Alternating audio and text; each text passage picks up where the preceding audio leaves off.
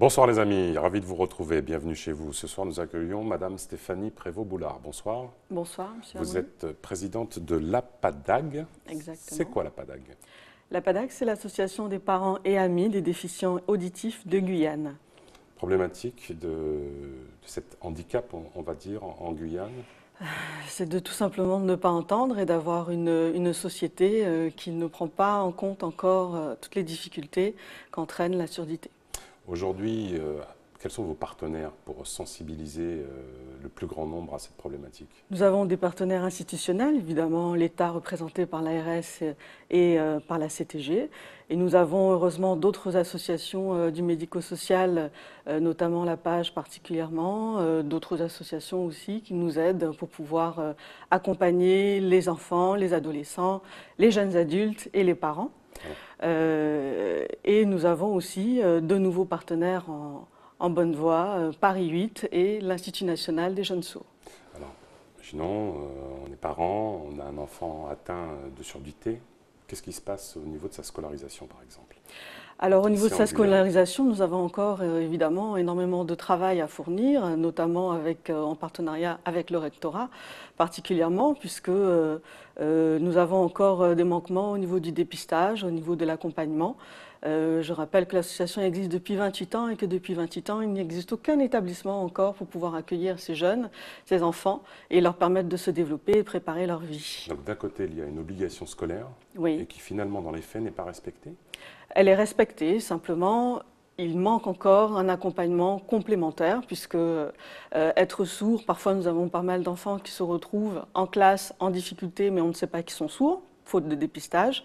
Et nous avons des personnes aussi qui sont sourdes, mais dont l'accompagnement est insuffisant, parce que quelque part, ils ont des besoins qui sont beaucoup plus grands. Alors c'est bien qu'ils se retrouvent dans un lieu avec tout le monde, finalement, c'est vrai que c'est très bien, mais l'accompagnement est encore insatisfaisant. Pour les jeunes adolescents ensuite qui évoluent, etc., leur inclusion un peu dans la vie active, leur insertion professionnelle, comment ça se joue? Alors, elle est encore à améliorer. Ces jeunes adolescents ont très peu de perspectives d'avenir, puisque les formations qui sont à leur disposition ne sont pas adaptées. Il serait nécessaire de développer un centre de formation en langue des signes pour pouvoir d'abord les faire évoluer dans leur langue, leur propre langue, et ensuite leur permettre d'accéder à différents métiers. Et pour cela, ça demande des interprètes, ça demande des éducateurs, ça demande également que la population soit formée à la langue des signes, d'où le projet que nous avons de développer un centre de formation en langue des signes de Guyane qui va prendre en compte les spécificités de la Guyane. Et c'est un projet que nous avons proposé aux Assises de l'Outre-mer. Et ce projet, il est à l'état de projet. Vous escomptez voir sa réalisation quand? Oui, en fait, nous tapons à toutes les portes. Nous avons trouvé des portes fermées. Aujourd'hui, nous espérons qu'à travers les assises des Outre-mer, le public votera suffisamment nombreux pour que nous puissions enfin avoir une porte qui s'ouvre pour pouvoir ouvrir cette structure, la développer et faire venir des personnes professionnelles et qui vont nous aider à faire évoluer et offrir un projet de vie beaucoup plus équilibré pour les jeunes adolescents, pour les jeunes adultes. Alors pour vous soutenir, parce que c'est une cause que, bien entendu, ATV soutient, qu'est-ce qu'il faut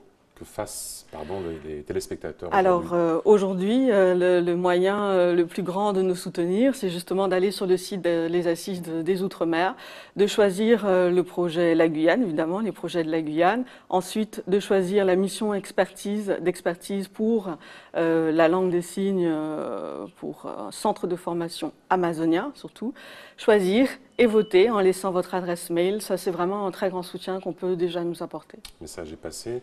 Il y a combien d'interprètes aujourd'hui en Guyane? Il n'y en a pas. Il n'y en a pas? Il n'y en a pas. Avec la qualification d'interprète, nous n'en avons pas. Et cette problématique se retrouve aussi sur les Antilles-Guyanes. Donc, à travers ce centre de formation en langue de signes, cela nous permettrait aussi de faire émerger de nouvelles vocations. Là encore, nous sommes déficitaires sur l'orientation de nos jeunes vers le médico-social. C'est quand même un secteur d'activité qui est en fort développement, dont on a besoin. Et c'est un choix que peuvent faire nos jeunes pour pouvoir s'insérer dans la vie active. Alors sans faire le procès d'une chaîne concurrente, on va dire, mais il y a des médias nationaux qui ont systématiquement sur une fenêtre un interprète, justement.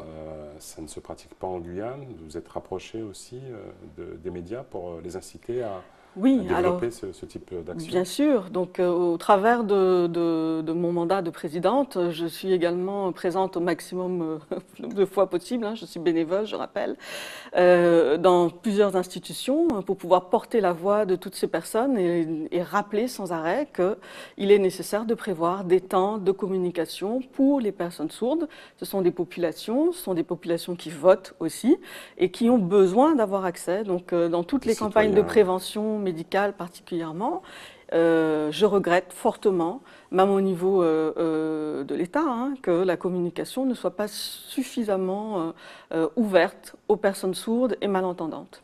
En quoi la surdité génère-t-elle de multiples handicaps, en fait? Alors, en fait, le surhandicap peut venir pour des raisons médicales, mais également, il peut se développer pour des pour des problèmes personnels, des problèmes quand on n'a pas de travail, quand on tombe dans les addictions. On a quand même des personnes qui ont des situations de vie qui sont extrêmement compliquées. Donc, qu'on retrouve partout, c'est vrai. Mais avec le handicap, il faut dire qu'il faut s'en occuper. Voilà. Au niveau du budget qui est consacré au handicap ici en Guyane, parce qu'on sait qu'on parle d'une phase de restriction budgétaire, est-ce que vous êtes également impacté? Bien sûr, on est fortement impacté. Vous savez qu'au niveau de l'ARS particulièrement, nous sommes au premier ou au deuxième plan de rattrapage, avec, je le dis avec quand même avec des précautions. Nous sommes au deuxième plan de rattrapage. Ça veut dire en fait que les structures dont on aurait besoin pour pouvoir permettre à ces personnes d'évoluer dans leur vie, elles ne sont pas programmées, elles ne sont pas financées. Si elles ne sont pas programmées, elles ne pourront pas être financées.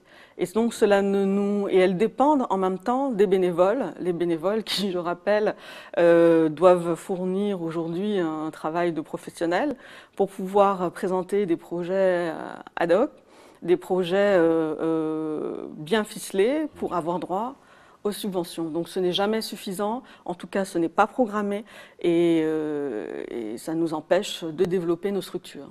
Très rapidement, parce que le format d'émission est court, vous êtes parent, vous constatez un souci au niveau de votre enfant, parce qu'il y a la surdité, puis il y a aussi l'aspect malentendant. C'est quoi les signes? Alors, quand l'enfant est très agité à l'école, ou qu'il ne se sent pas bien, ou qu'il n'est pas heureux, il faut se poser la question immédiatement. En tout cas, penser systématiquement à la surdité, parce que voilà, c'est un premier palier en tout cas. Mais dès que l'enfant est agité, il faut s'en occuper. S'inquiéter. Madame Stéphanie Prévost-Boulard, merci beaucoup d'avoir participé à votre émission. En tout cas, la TV vous soutient. Merci encore. Merci. Les amis, les programmes continuent sur votre chaîne préférée. À bientôt. Tchambé.